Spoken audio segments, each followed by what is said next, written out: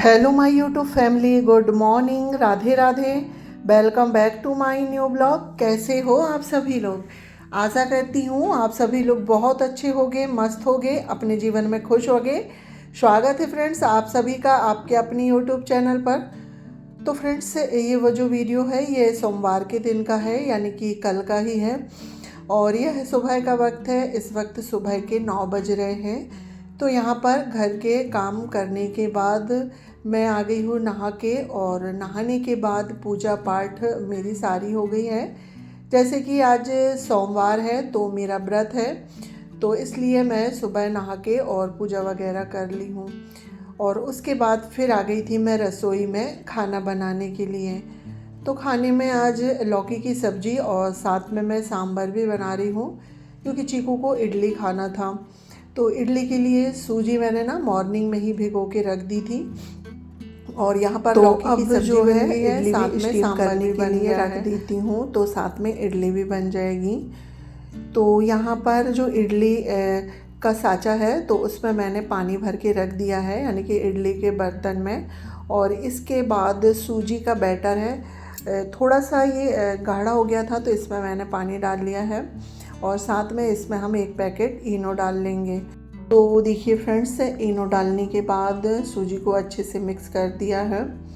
और फिर इडली का साँचा है उसमें ऑयल लगा के बैटर रख के फिर हम इसे स्टीम करने के लिए रख देंगे। तो 5 मिनट में जो है हमारी सूजी की इडली बन के तैयार हो जाएगी। और इडली में मैंने दही मिक्स नहीं किया है, क्योंकि चीकू खाएगा तो उसे अभी खटाई वगैरह खाना मना है, क्योंकि उसकी आयुर्वेदिक दवाई चल रही है। तो बिना दही वाली इडली बना रही हूँ। और इस वजह से फिर मैंने ना चटनी वगैरह भी कुछ नहीं बनाई हूँ, बस दाल बना दी हूँ, यानी कि लौकी वाली दाल। और सांभर में भी मैंने इमली की खटाई वगैरह कुछ नहीं डाली हूँ, सिर्फ टमाटर की खटाई डाली हूँ, तो जिससे चीकू आसानी से खा सकेगा। तो यहाँ पर इडली स्टीम करने के लिए मैंने रख दी है। और इसके बाद मैं जो है यहाँ पर आटा लगा के भी तैयार कर लेती हूँ, क्योंकि लौकी की सब्ज़ी बन गई है, साथ में हमारा सांभर भी बन गया है। तो हाथों हाथ में रोटी भी बना लूँगी। तो क्योंकि अभी मेरा जो है ना पोछा और थोड़ा सा घर समेटने का काम रह गया है, तो मैंने सोचा पहले मैं बच्चों के लिए खाना बना देती हूँ, उसके बाद फिर बाकी के काम मैं करती रहूँगी।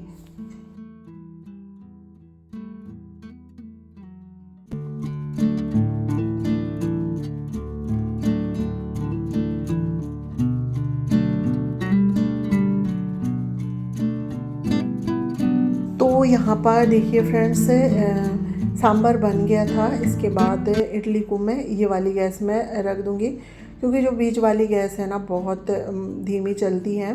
तो ये तेज़ वाली गैस में मैं इडली बनने के लिए रख दूँगी, तो ये जल्दी बन जाएगी।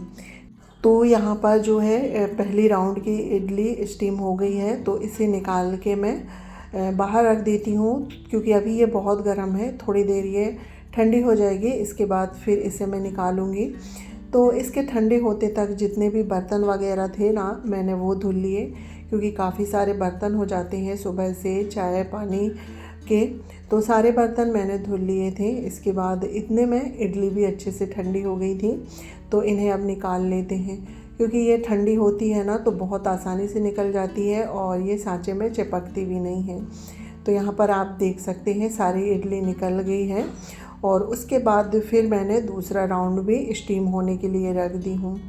तो इडली बन गई थी, तो यहाँ पर चीकू के लिए और जइयो के लिए प्लेट लगा देती हूँ, तो दोनों भाई एक साथ ही खा लेंगे। तो आ जाइए आप लोग भी गरम गरम इडली और सांभर खा लीजिए, और बताइएगा कि इडली और सांभर कैसे बने हैं। तो यहाँ पर देखिए फ्रेंड्स, इडली बनाने के बाद फिर मैंने रोटियाँ भी बना ली थी। बच्चे लोग भी खा लिए हैं और हस्बैंड जी ने भी खा लिए हैं। मेरा व्रत है तो मैं तो नहीं खाऊंगी। तो रोटी वगैरह बनाने के बाद गैस काउंटर और जितने भी बर्तन थे सब मैंने धुल दिए हैं। और यहाँ पर जो आटा पिस के आया था तो इसे मैं डिब्बे में भर के रख देती हूँ। ये 2 दिन से बोरी में ही रखा हुआ है, क्योंकि होली के दूसरे दिन मैं गांव चली गई थी मम्मी के यहाँ, तो कल ही वहाँ से आई हूँ, तो आज इसे मैं डिब्बे में भर के रख देती हूँ। तो यहाँ पर सारा आटा मैंने डिब्बे में डाल दिया है और आटे को हल्का सा दबा दबा के रखूँगी। तो इसमें 20 किलो जो गेहूँ मैं पिसवाती हूँ तो उतना आटा डिब्बे में आ जाता है। तो देखिए यहाँ पर सारा आटा मैंने डिब्बे में भर के रख दी हूँ और इसे अब हाथों से दबा के, और ये जो बोरी है इसे मैं अभी बाथरूम में रख दूँगी धुलने के लिए। इसके बाद हाथ वगैरह धुलने के बाद डिब्बे की ढक्कन लगा के और इसे हम कबर्ड में रख देंगे। और जो ये कबर्ड है ना, इसे मैंने पहले ही साफ़ कर दिया था। जिस दिन मैंने जो आटे का डिब्बा धुल के रखी थी ना, उसी दिन जो ये कबर्ड है इसे मैंने साफ़ कर दिया था। तो चलिए फ्रेंड्स, यहाँ पर जो है आटा का डिब्बा मैंने कबर्ड में रख दी हूँ और अब बारी आ जाती है यहाँ पर झाड़ू लगाने की। और इसी वजह से मैंने ना पोछा मॉर्निंग में नहीं लगाई थी, क्योंकि आटा वगैरह अगर डिब्बे में भरो तो बहुत बारीक रहता है तो वो उड़ता ही है, तो पूरा घर जो है भूरा भूरा सा हो जाता है, यानी कि ना आटा आटा हो जाता है। तो मैंने सोचा पहले मैं आटे को डिब्बे में भरूंगी, इसके बाद पोछा लगा दूंगी। तो यहाँ पर रसोई में झाड़ू लगाने के बाद अब पोछा लगा देती हूँ और अभी मुझे पूरे घर में ही पोछा लगाना है। और आज मेरी जो है सेकंड नंबर वाली बहन आ रही है, तो वो ट्रेन से आ रही है, तो आज वो यहीं पर रुकेगी क्योंकि हमको मार्केट भी जाना है कुछ सामान लेने के लिए। फिर कल वो मम्मी के यहाँ चली जाएगी। तो यहाँ पर देखिए बातों बातों में रसोई में पोछा लग गया है। इसके बाद फिर तो मैं दोस्तों आप लोग ऐसे ही कंटिन्यू ब्लॉग में बने रहिएगा। तो थोड़ा बहुत आज का ब्लॉग थोड़ा सा भी अच्छा लगे तो एक लाइक करके प्यारा सा कमेंट करिएगा। जो भी माता बहन भाई चैनल पर पहली बार आ रहे हैं, प्लीज़ मेरे चैनल को सब्सक्राइब करके अपना प्यार और सपोर्ट मुझ पर हमेशा बनाए रखिएगा। तो देखिए फ्रेंड्स, यहाँ पर जो है सारा रूम सेट हो गया था। अब बारी आ जाती है पोछा लगाने की, तो फटाफट पोछा लगा लेती हूँ। और मैं पोछा लगा ही रही थी और जो मेरी बहन है ना वो आ गई थी, तो मैंने उसके लिए भी खाना बनाया है, क्योंकि उसने फ़ोन लगा दिया था कि मैं यहीं आके खाना खाऊंगी। तो वहाँ से 10 बजे निकलती है ट्रेन और 1 घंटे में नैनपुर आ जाती है। तो देखिए फ्रेंड्स, बातों बातों में घर का सारा काम हो गया है, पोछा वगैरह लग गया था, सभी लोगों ने खाना खा लिए हैं। तो खाना खाने के बाद मेरी जो बहन है उसने बर्तन धुल ली थी। तो यहाँ पर मैं अपने लिए 1 कप चाय बनाई हूँ, साथ ही थोड़े से मखाने, मूंगफली और काजू बादाम वगैरह फ्राई कर ली थी। तो यहाँ पर ये मेरा व्रत का फलार बन गया है। तो चलिए व्रत का फलार तो कर लेते हैं। इसके बाद मिलती हूँ आप लोगों से। शाम के 5:30 हो गए हैं। फिर दोपहर में हम लोगों ने आराम किया। आराम करने के बाद मैं और मेरी बहन है तो मार्केट चली गए थे। मार्केट से आने के बाद फिर छत से मैंने सारे कपड़े लेके आए और यहाँ पर जो मेरी बहन है कपड़ों को तय कर रही है। तो यहाँ पर कपड़े तय हो गए थे, तो सारे कपड़े को मैंने उनकी जगह में रख दिया है। इसके बाद शाम की संध्या पूजन करके मैं आ गई थी रसोई में। तो जब तक मैं संध्या पूजन कर रही थी तो मेरी बहन ने सब्जी वगैरह काट के रख दी थी। तो पूजा करके आ गई हूँ मैं और यहाँ पर मैंने पहले सब्जी को फ्राई कर दिया है और सब्जी में आलू बैंगन की सब्जी बन रही है। और इसके बाद चीकू आया था तो वो अपने लिए काढ़ा बनने के लिए रख रहा है, तो यहाँ पर उसने काढ़ा रख दिया है। अब मैं देखते जाऊँगी।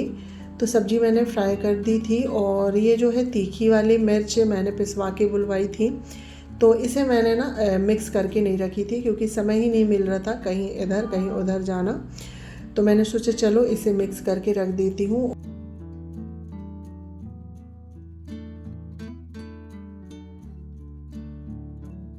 तो देखिए फ्रेंड्स, मिर्च को डिब्बे में भर के रखने के बाद सब्जी बन गई थी। फिर मैंने चावल भी धुल के चढ़ा दिए थे, साथ में आटा भी लगा लिया था। तो सब्जी चावल बन गया है। तो यहाँ पर गरम गरम रोटियाँ बना लेती हूँ और रोटियाँ बनाते जाऊँगी और अम्मा जी और चीकू को खाने के लिए दे दूँगी।